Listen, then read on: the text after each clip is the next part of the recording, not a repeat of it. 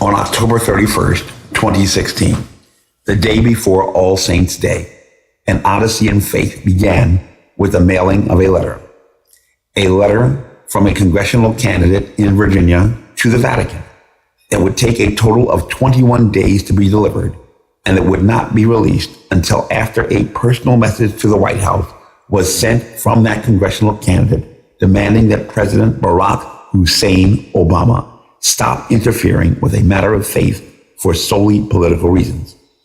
But in violation of federal laws regarding handling of parcels placed under the care of the United States Postal Service, the return reply by the Vatican and from the diplomatic mission for the Vatican in D.C. was intercepted and opened before delivery by some unknown agent before it was received by that former congressional candidate. But that emerging mystery to be resolved occurred in the midst of still yet unanswered questions regarding the overnight delivery service provider.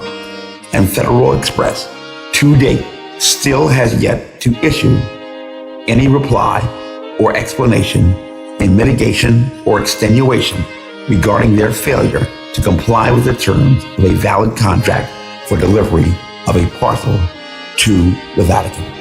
21 days, 21 days, 21 days, and no response from a $47 billion company that is the 21st largest contributor to political campaigns in the United States, and which maintains close ties with the White House and members of Congress, spending almost $5 million each year on federal lobbying, according to the Center for Responsive Politics. In 21 days, we can move an entire battalion of Marines across the expanse of the Pacific Ocean to a battle fully equipped to bring the fight.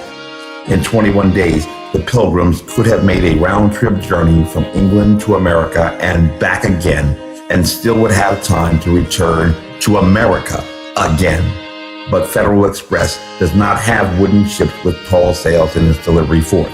No, Federal Express boasts over 400,000 delivery professionals, 650 aircraft, 375 airports, and 150,000 motorized vehicles operating in locations in 220 countries and territories around the world, handling over 12 million packages per day and connecting 99% of the global domestic product.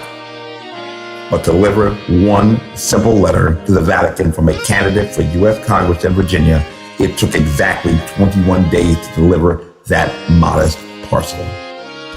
In a political campaign in which Mike Webb has experienced burglary and theft, libel, extortion, vandalism, credit card compromise, cyber attacks, identity theft, cyberbullying, obstruction of justice, undue influence on government agencies, tortious interference with contracts, fraud, employment termination, and employment blacklisting, bankruptcy, as well as other reprehensible and unconscionable conduct.